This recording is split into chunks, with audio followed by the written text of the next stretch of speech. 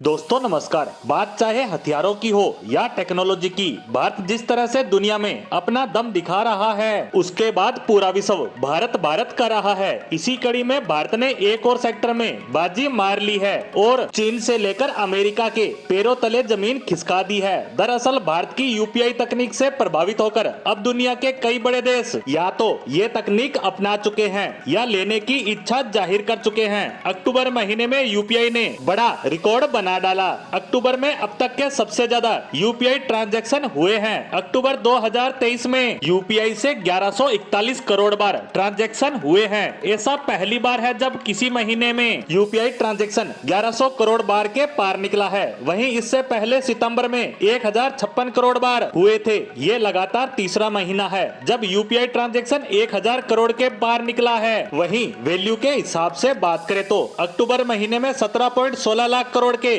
UPI transaction हुए। वहीं सितंबर में 15.80 लाख करोड़ के यूपीआई ट्रांजैक्शन किए गए, यानी सितंबर के मुकाबले यूपीआई ट्रांजैक्शन वैल्यू में 8% की बढ़त हुई। दुनिया में भारत ही पहला देश है जहां इतने बड़े पैमाने पर यूपीआई यानी डिजिटल माध्यम से पेमेंट होती है। दुनिया के बड़े बड़े देश इस मामले में भारत के आगे कहीं नहीं ठहरते। वहीं दुनिया में भी अब भारतीय यूपीआई का जलवा दिखने लगा है। दुनिया के 17 देश भारतीय यूपीआई का इस्तेमाल कर पेमेंट का लेन देन करते हैं। इन देशों में France, Bhutan, Nepal, Oman, UAE, Malaysia, Thailand, Philippines, Vietnam, Singapore, Cambodia, Hong Kong, Taiwan, दक्षिण कोरिया, जापान, यूनाइटेड किंगडम जैसे देश शामिल हैं। देखा जाए तो यूपीआई ने लोगों की पेमेंट की बहुत सी समस्याओं को बड़ा सरल कर दिया है। फोन से मात्र 1 मिनट की प्रोसेस से पेमेंट को तुरंत ट्रांसफर किया जा सकता है। यूपीआई सर्विस के लिए एक वर्चुअल एड्रेस तैयार करना होता है। इसके बाद इसे बैंक अकाउंट से लिंक किया जाता है। यूपीआई से पेमेंट में बैंक अकाउंट नंबर, बैंक का नाम या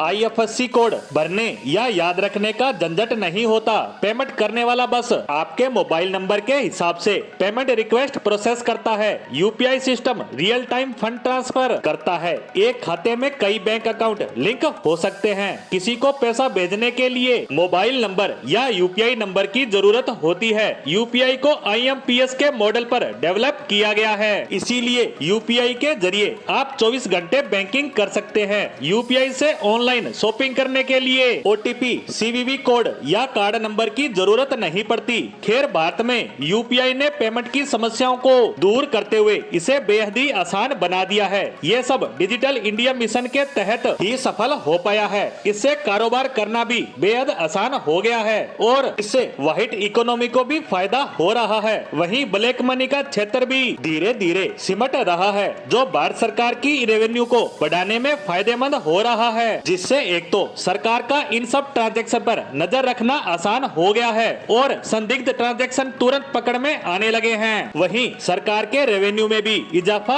हो रहा है। वहीं नोट छापने, उनकी सार संभाल और उनके ट्रांसपोर्टेशन पर लगने वाले खर्च में भी कमी देखने को मिलने लगी है। साथ ही बैंक कर्मचारियों पर भी काम का प्रेशर कम हो रहा है। वहीं आम जनता को भी नकदी पास में रखने की समस्या से छुटकारा मिल गया है। बस मात्र एक क्लिक से पैसा भेज भी सकते हैं और मंगवा भी। अब इसी डिजिटल क्रांति का जलवा पूरा विश्व देख रहा है। हम उम्मीद करते हैं कि ज्यादा से ज्यादा देश भारत के इस यूपीआई सिस्टम से जुड़कर इसका हिस्सा बनेंगे। इसी के साथ अक्टूबर महीने के यूपीआई ट्रांजैक्शन पर हमारी आज की पोस्ट को यहीं समाप्त करते हैं। धन्यवाद।